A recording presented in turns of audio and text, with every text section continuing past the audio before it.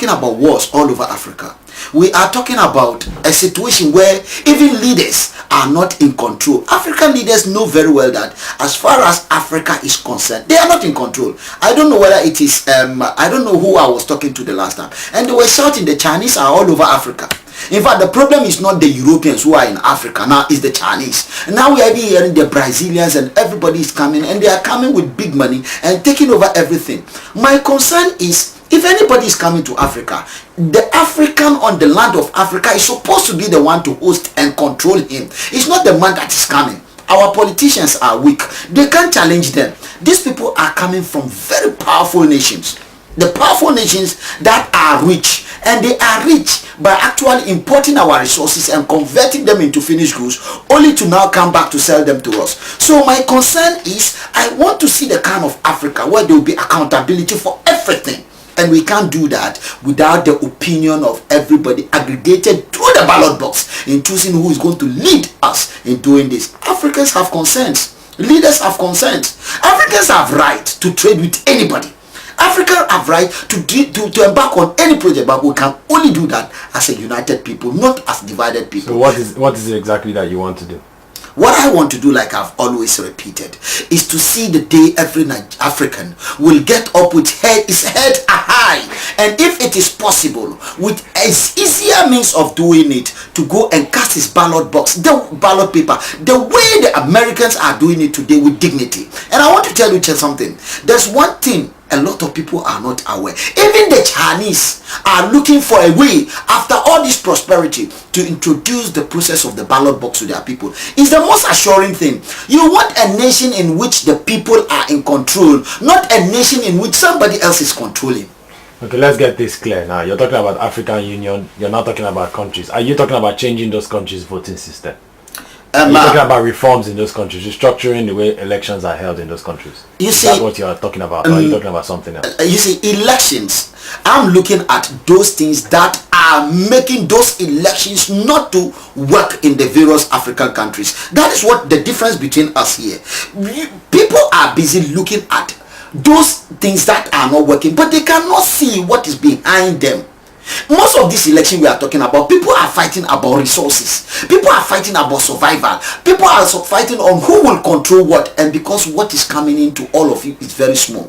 You are all living on donor funding. So the question is, are you talking about changing the structure of electoral process in countries? Or are you talking about a change in African Union? I'm talking about change in the process of voting in the African Union. How the countries are but voting. Not in individual countries. In individual countries, they have, for now, we are talking about people who are even refusing to have anything to do with the African Union. We are talking about people who are sitting there and killing themselves. And we are talking about people whose confidence we want to win.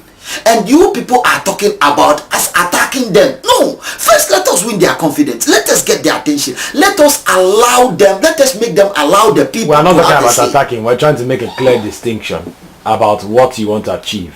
What we want to what achieve. Is the mission of your my mission is the introduction. But in practical senses, where is the change? The change will be different from what you are doing now. What you are doing now, you are voting for the very people you say are oppressing you, for the very people you say you don't like, to go and vote for you at the African Union. We don't want that.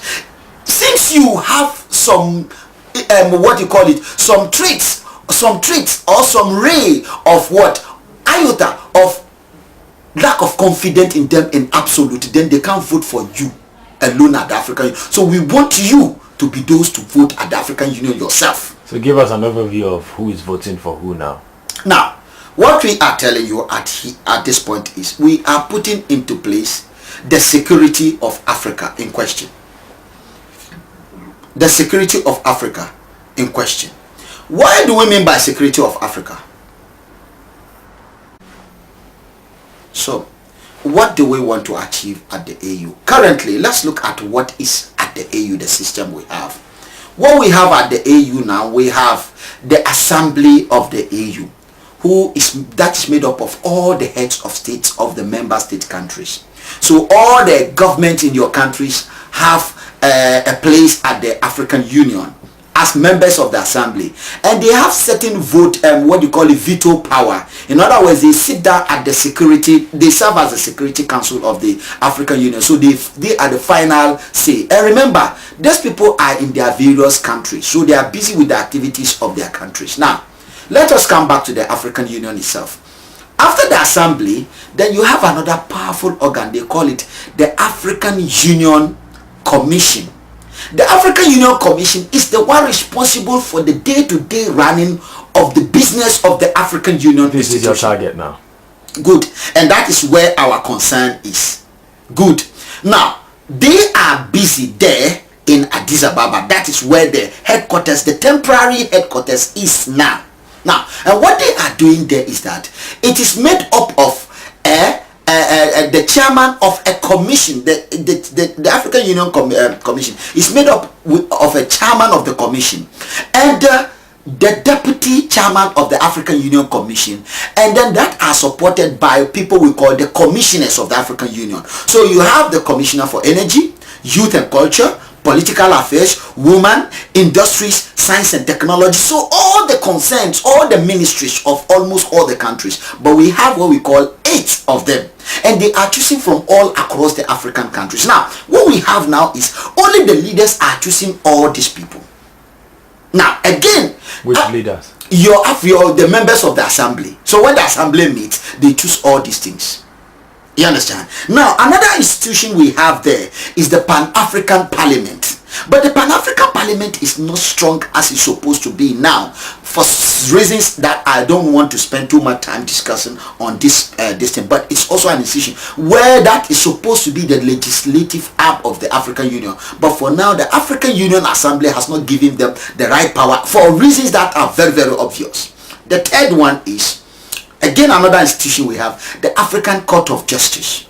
The Court of Justice cannot work without the necessary head of the commission of the union that will be getting his mandate, because if it's not functional, the court cannot work. It's like a court in a country without a president.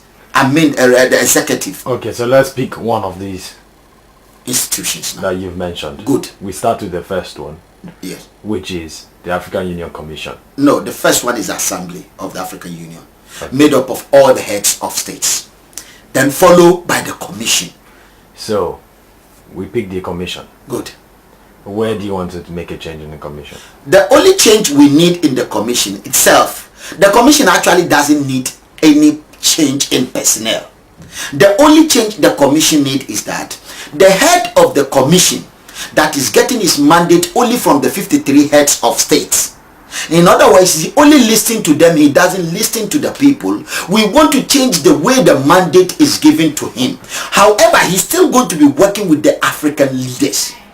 But his mandate now will not be limited to the choice of the African head of state. Let me give you a good example. The man that is serving today is called Dr. Champagne. He stood with 3 candidates. 3 candidates. One from Zambia, the ambassador to America, and then there's another man, is a legal practitioner. That one comes from, is a judge, international court. That one comes from Sierra Leone. The one from Sierra Leone had 1 vote. The one from Zambia had 13 votes. Dr. Champagne, the one from Gabon, had 31 votes by the leaders. So when the leaders vote, they say Nigeria has voted. When the Ghana president vote, they say Ghana has voted. We say that is not Ghana voting.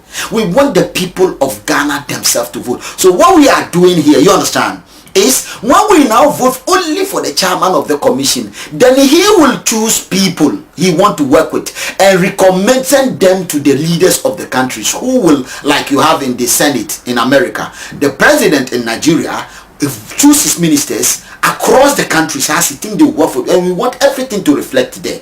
You understand? Balances for everybody to have a share. At the same time, he will send these people to the country's head of states, who may not, if you like, you can meet. If they like, they can do it individually. But they will now accept the candidacy of who will be what. But you see, so it will be, the person will be recommended by the chairman of the commission that the people voted for. So where do you come in?